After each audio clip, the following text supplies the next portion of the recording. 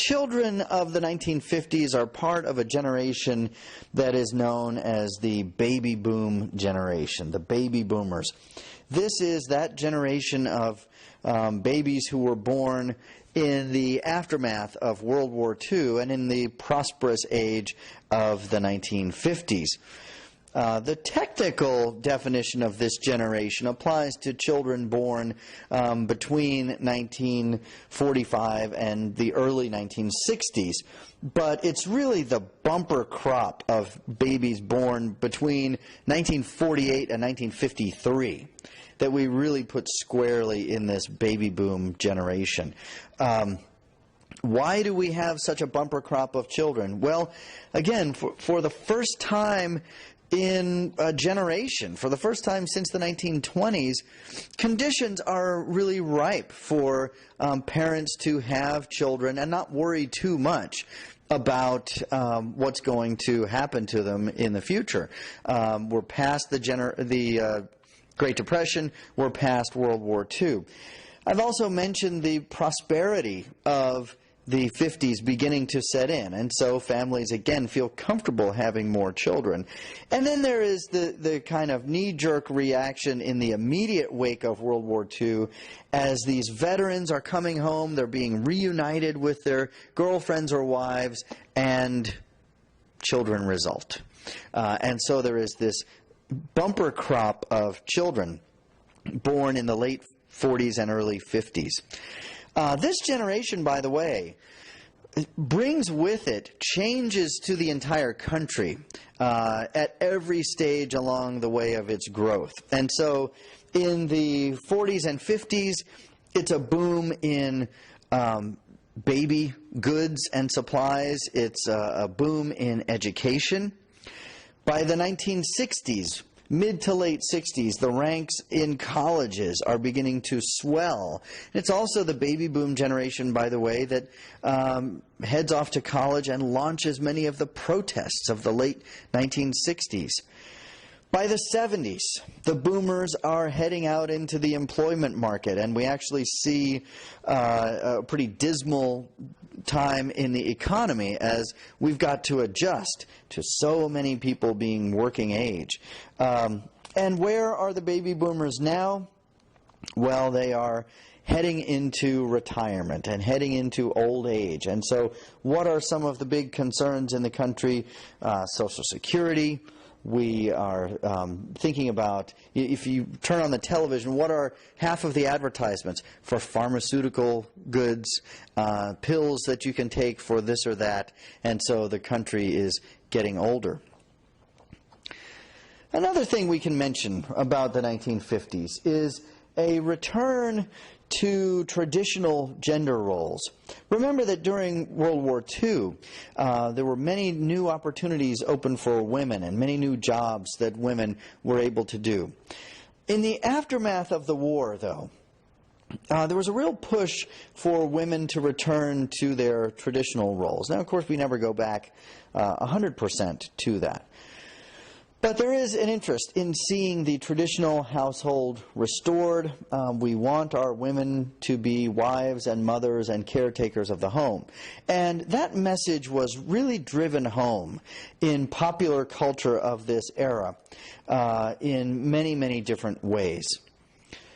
As one example, we can look at the best-selling book of 1946, and it continued to be a bestseller literally for decades after that. It was published by a writer named Dr. Benjamin Spock.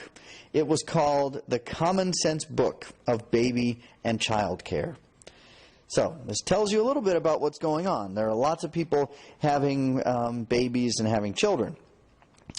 And as someone who has become a parent in the not-too-distant past, I know that when you are going to have children, one of the things you do is you seek out advice. You need books like this that tell you what's the best thing to do, how do you behave.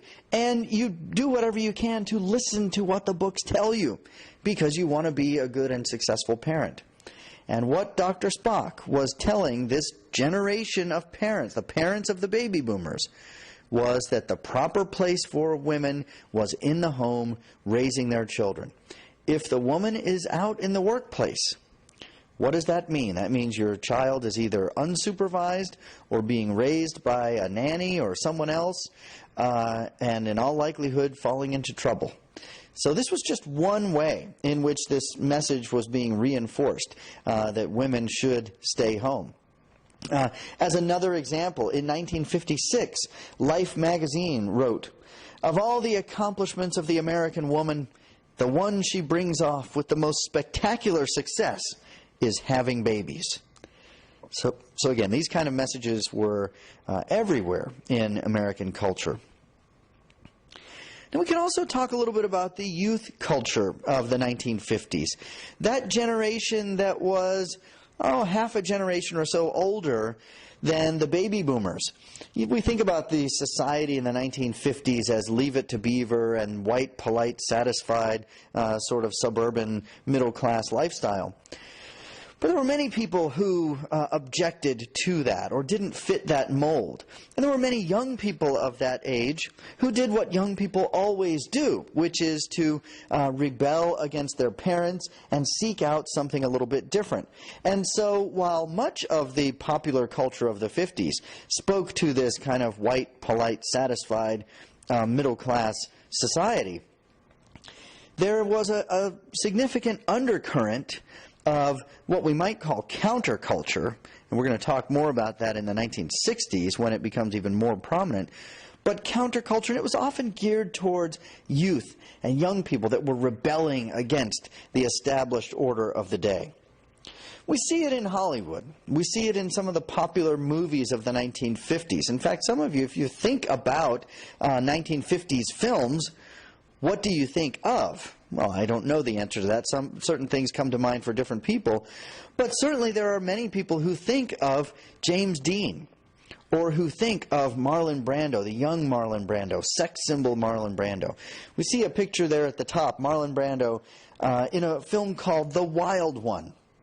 And there he is with kind of the greased hair and the white T-shirt and cigarettes in the sleeve and probably a black leather jacket not too far to the side, riding his motorcycle. In that film, Marlon Brando's character, the Wild One, was just sort of a troublemaker. He wasn't going to school. He didn't fit in. Wasn't doing the kinds of things that society called for. And even more famously, James Dean, you see the picture at the top, his famous film of that era, Rebel Without a Cause. Well, he's a rebel, got no cause. He's just kind of acting up. Again, he's not fitting in with society. Now, interestingly, in both of these films, and many others like them, the final message at the end of the film is that these kinds of behaviors don't lead you anywhere good. They just get you into trouble, and you should try to sort of fit in and do what society calls for. But many, many people, especially young people, were watching those films, emulating those behaviors, not because they wanted that final lesson at the end, but, the bad boy and kind of misbehaving and cutting up was very attractive. This also contributes to a growing prominence among youth of gangs.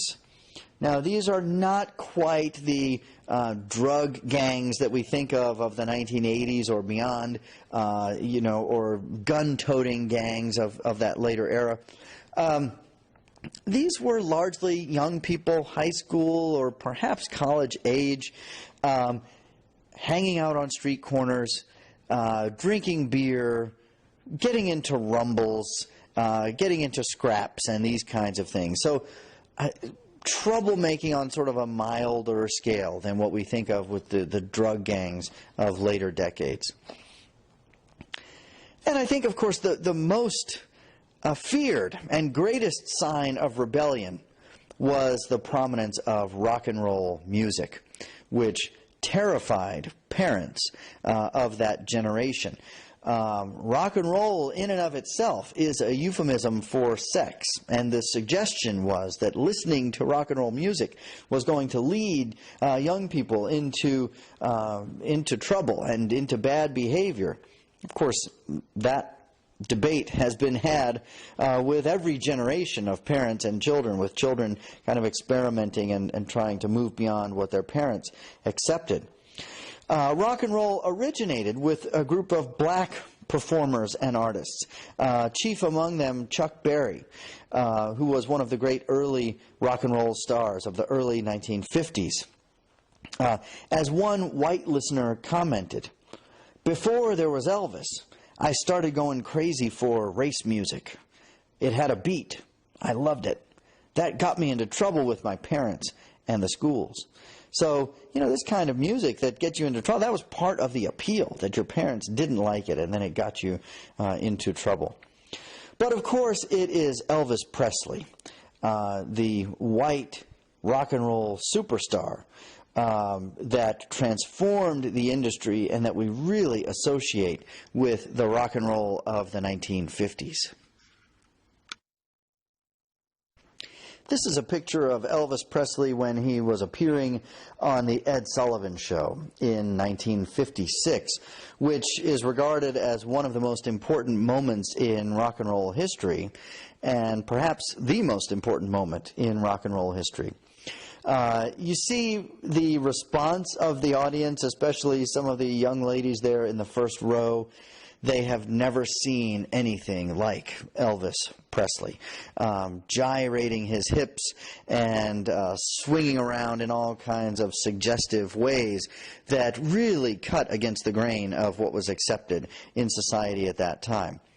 Elvis Presley, whether you listen to his music or appreciate his music or not, we need to appreciate his real significant talent and hard work as a musician.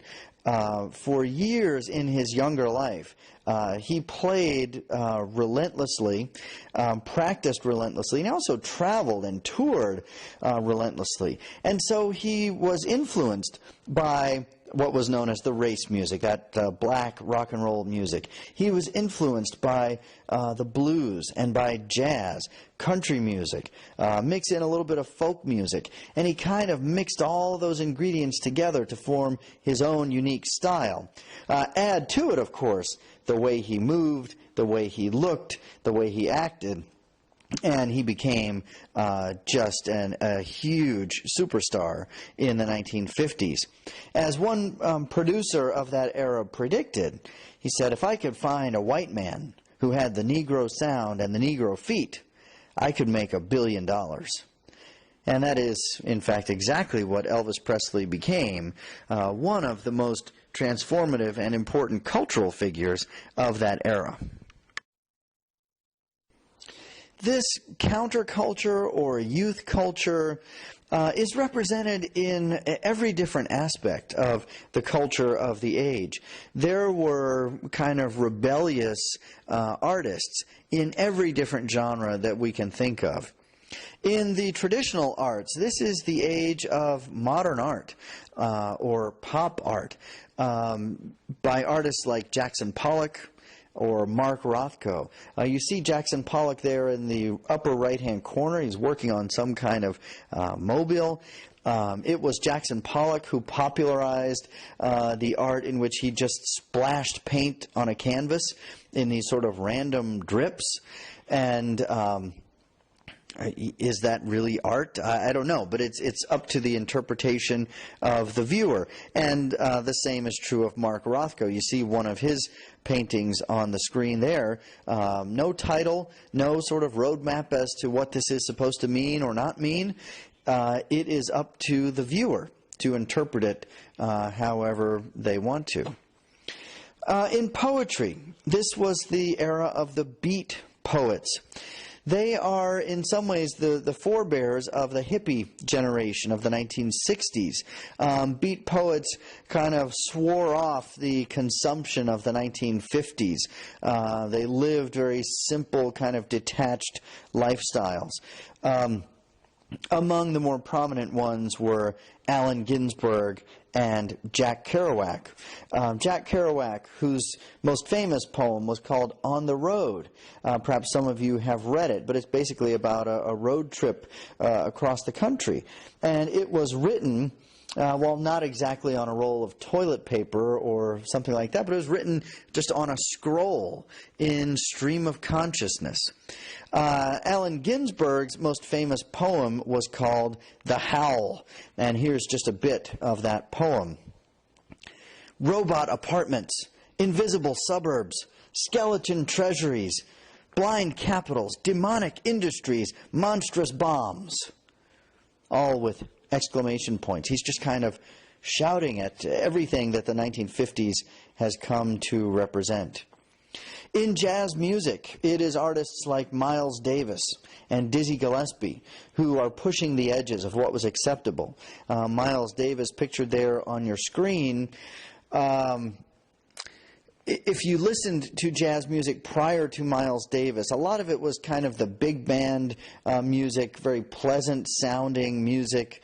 Miles Davis now experiments with kind of flat notes and sharp notes and minor tones and notes that drift from one to the next in what isn't immediately a pleasing sound to the ear. Miles Davis is certainly an acquired taste. But again, he's pushing the envelope of what sounded good and what was accepted at the time.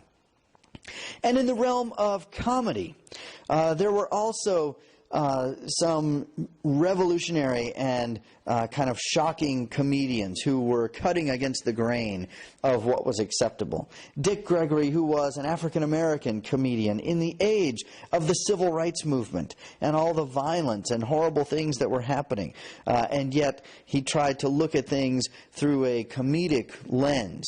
And Lenny Bruce, who may be the first of what we could call a shock comic. We think these days about comedians, and so many of them fall back on profanity. Almost every other word sometimes are profanities. Well, Lenny Bruce was one of the first to have that kind of an act. He used a lot of vulgarity, profanity, and also, in the age of McCarthyism, Lenny Bruce took on and ridiculed the government and war and McCarthy and all of these things that really were very dangerous things to be calling into question. And yet Lenny Bruce did it openly and repeatedly.